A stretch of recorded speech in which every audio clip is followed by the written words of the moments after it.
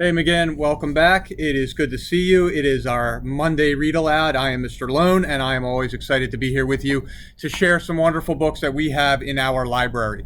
On Friday, if you remember and if you took part, you will know that I did the beginning of I Am Sonia Sotomayor for our read aloud. I did the first half. And the reason we chose this book to be a 2-day read aloud is that we are currently celebrating Hispanic Heritage Month, and Sonia Sotomayor is the first Latina Supreme Court Justice and has led an amazing life, and we wanted to share a little bit about her. So here we go with the second part of I Am Sonia Sotomayor.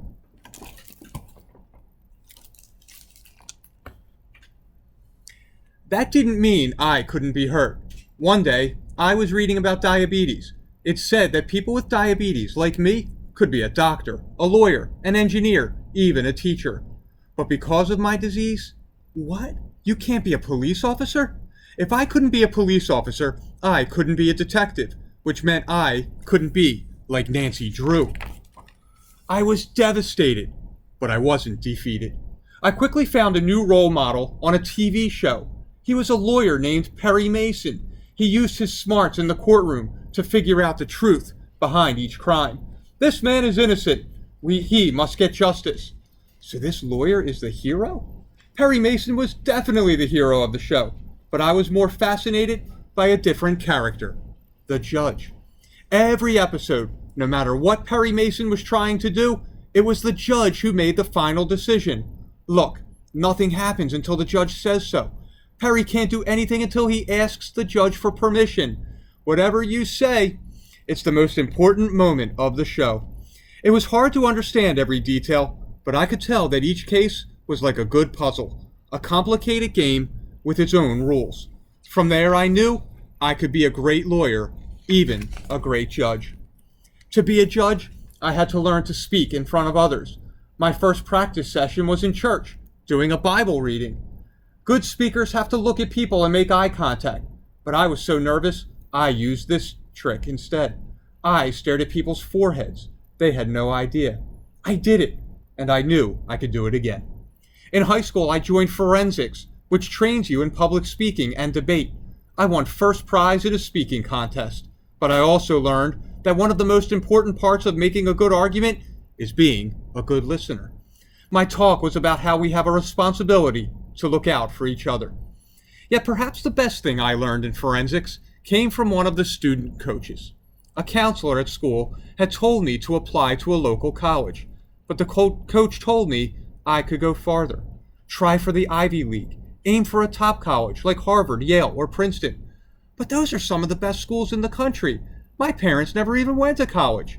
It sounded impossible. I didn't think kids from the South Bronx could go to fancy schools like Princeton. But like my abuelita's poem said, to get what you want, you must dream it. I was valedictorian of my high school class, but would they accept me? I got in. I am going to Princeton. Princeton seemed like a different planet. Most of the kids here came from wealthy neighborhoods and fancy schools. They were used to skiing trips, tennis lessons, vacations in Europe. I'd barely ever left the Bronx. That first week at college, I couldn't sleep because I heard a cricket in my room. Sonia, it's not in your room. It's outside on the tree. In New York, we didn't have trees outside our windows. Even though I got really homesick, I again found that books made me feel better. Here in the Firestone Library, I just saw how much knowledge there was in the world. During my time at Princeton, I did so well, they invited me into Phi Beta Kappa, an honor society that recognizes top students. I almost threw away the invitation, thinking it was a fake jewelry scam. I'd never heard of the awards they gave me, including the Pine Prize, the most prestigious award a Princeton senior can win. To some people, athletes or astronauts are heroes. To me, the best action hero was a lawyer, and that's what I wanted to be. So after graduation, I went to Yale Law, the top law school in the country. A lawyer's job is to help people. You can use the law as a force for good, as a way to protect the community, and to help people make peace. During my third year at law school, I walked by a meeting that was offering free snacks. I was a bit hungry, so I stepped inside, stumbling into a presentation that would change my life. I know lawyers can make a lot of money in a law firm, but I'd like you to consider a public service job where you can help other people and seek justice in a courtroom. Seek justice in a courtroom? That is what Perry Mason used to do. Inspired by my old dreams, I became an assistant district attorney. As a prosecutor, my job was to find the truth and to make sure that if someone committed a crime, they didn't get away with it. When I started, there were so few Hispanic and female prosecutors. The other lawyers would ask me, "When's your boss getting here?" I said, "I am the boss." It didn't stop me from doing my job. I just had to convince the jury to agree with me. I also understood that when people don't get along, it's usually because they can't imagine how someone else is feeling.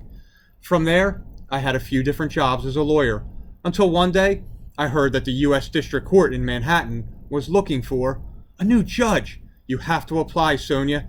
"I don't know. That's a really tough job to get." "You would be perfect." My boss was so determined, he put the application on my desk and made sure I had no other work until that would get in the way of it. This was my dream, wasn't it? Of course it was, and it was coming true. I became the city's first Hispanic federal judge and its youngest as well. Now my job was to make sure that in each case, people followed the laws correctly. During my very first trial, I was so nervous, my knees were actually knocking. Once the case got started, my panic passed. I was ready to do my job, and also ready for what was coming next when I was promoted to the Court of Appeals. Soon I was considered for the biggest legal job of all, being a justice on the Supreme Court of the United States. That's the court where the most important cases are decided. The justices are the ones who make those decisions. I was worried that the job would change my life, but a friend told me, "Sonia, this is not about you. This is about the little girls and boys, brown and black, who live in poor communities around the nation. They can dream bigger if you are on the Supreme Court." It made me think of the South Bronx. It made me think that there were no Hispanic female lawyers for me to follow at Princeton, Yale, the district attorney's office, or even as a judge. It made me think about all of the people I could inspire. When I was little, did I ever dream about being a Supreme Court justice? You can't dream about what you don't know about. If I wanted others to have this dream, I needed to show them it was possible. On October 8th, 2009, at 55 years old, I was sworn in as the first Hispanic and third female justice to ever serve on the Supreme Court of the United States. During the ceremony, I made sure that my mother was standing right between me and the Chief Justice. When I told reporters how much of a role she played in my accomplishments, my mother humbly said she didn't know what she did, but I do. Remember, no one is self-made. No matter who you are, everyone gets help from someone. Sonia, what have you done now? In my life, I was the IG. I was the hot pepper, the one who wouldn't slow down. Because of where I was from, because I was poor and Latina, some people didn't think I would go far. But there were others who helped my dreams come to life. They gave me opportunities and reminded me to keep going. Those are the people you need to listen to. Pay attention to the ones who believe in you. The more you learn, the farther you'll go. Education is a rocket ship. It can take you anywhere. But no matter how high you fly, never forget where you started. Today, Justice Sotomayor still uses many of her public speeches to talk to women's or minority groups. She's also been on Sesame Street twice. Justice Sotomayor tries to end each day asking two questions. What did I learn? And what act of giving did I do? If she didn't learn something new, she reads. If she didn't do anything giving, she sends an email to someone she cares about. Don't worry about whether your dream will come true. A good dream always stirs something amazing inside of you. Whether it's in English, Spanish, or any other language, our dreams are often the same. A loving family, kind friends, a safe place to call home, and the chance to reach our potential. The world outside your window is a starting point. But there's so much more beyond that. Read, study, do right by people. No matter where you're born, there's no limit to what you can accomplish. I am Sonia Sotomayor.